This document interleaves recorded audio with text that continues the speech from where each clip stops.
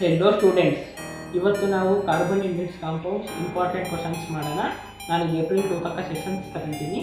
ನಾವೆಲ್ಲ ಲೆಸನ್ಸಿಂದು ಆಲ್ಮೋಸ್ಟ್ ಆ ಕ್ವಶನ್ಸೇ ಬರ್ತವೆ. 60 to 70 ಮಾರ್ಕ್ಸಿಗೆ ದೋಖ ಇಲ್ಲ. 80 ಮಾರ್ಕ್ಸಿಗೆ ಯಾರ್ಯಾರು ಈ ವಿಡಿಯೋನ ಫುಲ್ ವಿಡಿಯೋ ನೋಡ್ತಾರೆ ಆಲ್ಮೋಸ್ಟ್ ಇದು ಭಾಳ ಯೂಸ್ ಆಗುತ್ತೆ.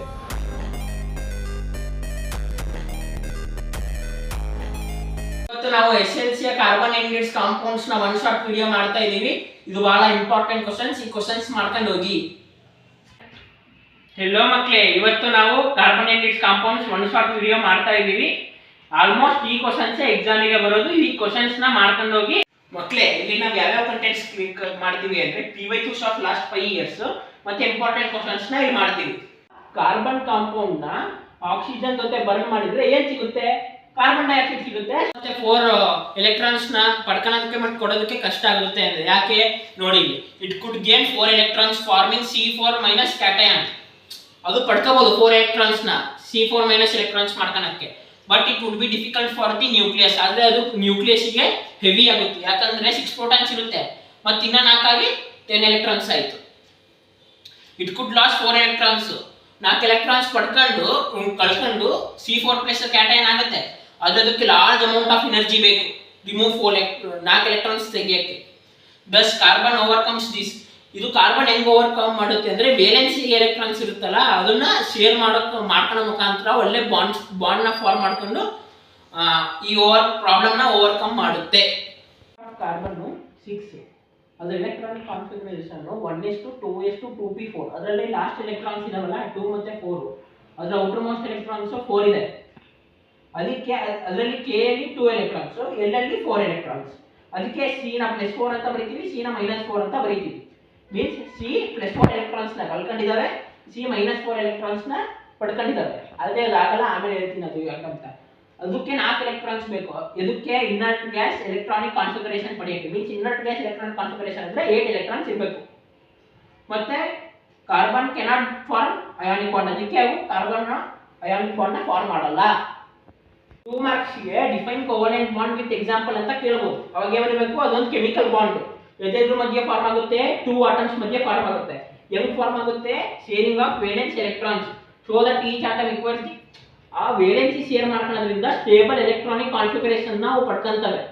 ಮೀನ್ಸ್ ಲಾಸ್ಟ್ ಎಲೆಕ್ಟ್ರಾನ್ ಅಲ್ಲಿ 2 ಇರಬೇಕು, ಇಲ್ಲ 8 ಇರಬೇಕು.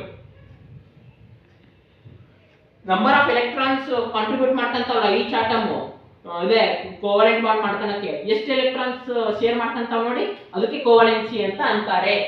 ನೋಡಿ ಇಲ್ಲಿ CH2 ಡಬಲ್ ಬಾಂಡ್ CH2. ಇಲ್ಲಿ ಕೋವಲೆನ್ಸಿ ಎಷ್ಟಾಯ್ತು? 4 ಆಯ್ತು. ನೋಡಿ ಇಲ್ಲಿ ಇಲ್ಲಿ 1 2 ಇಲ್ಲಿ 2 ವೇಲೆನ್ಸ್ ಎಲೆಕ್ಟ್ರಾನ್ಸ್ ನ ಶೇರ್ ಮಾಡ್ಕೊಂಡು, ಇವು 2 ವೇಲೆನ್ಸ್ ಎಲೆಕ್ಟ್ರಾನ್ಸ್ ನ ಶೇರ್ ಮಾಡ್ಕೊಂಡು 2 + 2 ಎಷ್ಟಾಯ್ತು? 4 ಆಯ್ತು ಅಷ್ಟೇ. ಇಲ್ಲಿ ನೋಡಿ ಇವೆರಡು ಶೇರ್ ಮಾಡ್ಕೊಂಡು ಇವೆರಡು ಶೇರ್ ಮಾಡ್ಕೊಂಡು ಅದಕ್ಕೆ ಕೋವಲೆನ್ಸಿ 4. ಇದ್ರಲ್ಲಿ ಇಲ್ಲಿದೆ ಅಷ್ಟೇ. ಮೀನ್ಸ್ ಈ ಬಾಂಡ್ ಹಾಕಿರೋದೇ ವೇಲೆನ್ಸ್ ಎಲೆಕ್ಟ್ರಾನ್ಸ್ ಮುಖಾಂತರ. ಆಟಮು 2 ಹೆಂಗೆ ಬಾಂಡಿಂಗ್ ಮಾಡ್ಕೊಂತವೆ ಅಂತ ಅರ್ಥ. ಈ 1 ಹೈಡ್ರೋಜನ್ ಆಟಮ್ ಇಂದ 1 ಲೋನ್ ಪೇರ್ ಎಲೆಕ್ಟ್ರಾನ್, ಈ ಹೈಡ್ರೋಜನ್ ಆಟಮ್ ಇಂದ 1 lone pair electron. Hydrogen molecule ನೋಡೋಣ. ಈಗ 2 ಹೈಡ್ರೋಜನ್ ಆಟಮ್ ಇರ್ತವೆ. ಈ ಹೈಡ್ರೋಜನ್ ಆಟಮ್ ಇಂದ 1 ಎಲೆಕ್ಟ್ರಾನ್, ಈ ಹೈಡ್ರೋಜನ್ ಇಂದ 1 ಎಲೆಕ್ಟ್ರಾನ್, ಇವೆರಡು ಶೇರ್ ಮಾಡ್ಕೊಂತವೆ ಅಕ್ಕಪಕ್ಕ. ಈಗ ನೋಡಿ ಇಲ್ಲಿಂದ 1 ಶೇರ್ ಮಾಡ್ಕೊಂತು, ಇಲ್ಲಿಂದ 1 ಶೇರ್ ಮಾಡ್ಕೊಂತು. ಈಗ ಇದಕ್ಕೆ 2 ಎಲೆಕ್ಟ್ರಾನ್ ಆಯ್ತು, ಇದಕ್ಕೆ 2 ಎಲೆಕ್ಟ್ರಾನ್ ಆಯ್ತು. 2 ಎಲೆಕ್ಟ್ರಾನ್ಸ್ 1 ಬಾಂಡ್ ಆಯ್ತು ನೋಡಿ.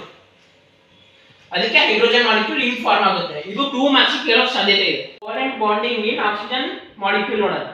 2 ಆಕ್ಸಿಜನ್ ಆಟಮ್. ಈ oxygen 2 lone pair electron 2 electrons ನ ಬಿಟ್ಟು, ಈ ಆಕ್ಸಿಜನ್ 2 ಎಲೆಕ್ಟ್ರಾನ್ಸ್ ನ ಬಿಟ್ಟು.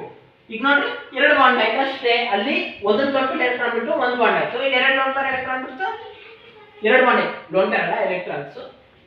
ನೋಡ್ರಿ ಆಕ್ಸಿಜನ್ ಹತ್ರ 1 2 3 4 5 6 7 8 ಸ್ಟೇಬಲ್ ಕಾನ್ಫಿಗರೇಷನ್ ಬರ್ಬೇಕಂತ ಎಷ್ಟು ಹೇಳಿದೆ? 8 ಬಂದ್ವಲ್ಲ.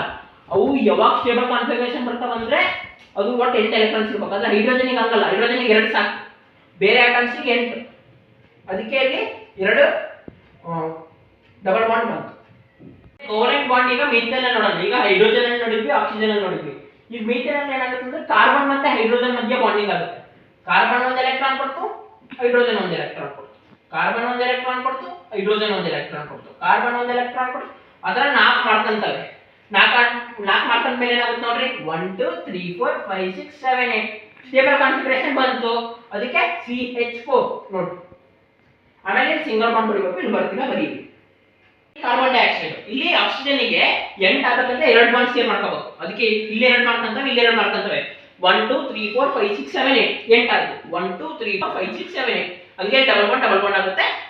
Straight chain. ಕ್ಯಾಟಿನೇಷನ್ ಅಂದ್ರೆ carbon chain straight chain C C C C long chain ಹೋಗುತ್ತೆ ನೋಡ್ರಿ, ಅದಕ್ಕೆ ಕ್ಯಾಟಿನೇಷನ್ ಅಂತ ಅಂತಾರೆ.